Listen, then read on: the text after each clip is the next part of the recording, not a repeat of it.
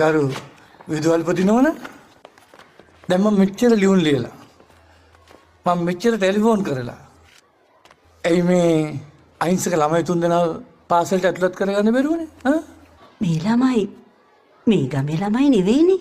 එතකොට මේගොල්ලෝ මේ රටේ ළමයි නෙවෙයිද?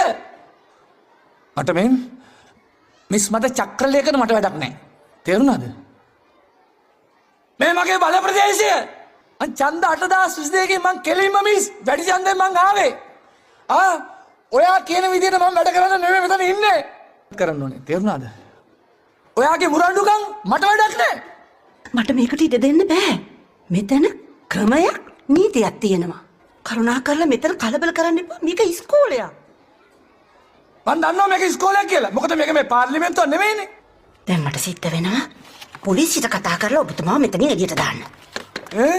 එළියට දාන්නේ? උඹ යකෝ මං එළියට දාන්නේ. මං තෝ ඉස්කෝලෙන් එළියට දාලා කො දැනගනි. මාත් එක්ක කැප්පෙන්න තෝ කවුද යකෝ? මොකද?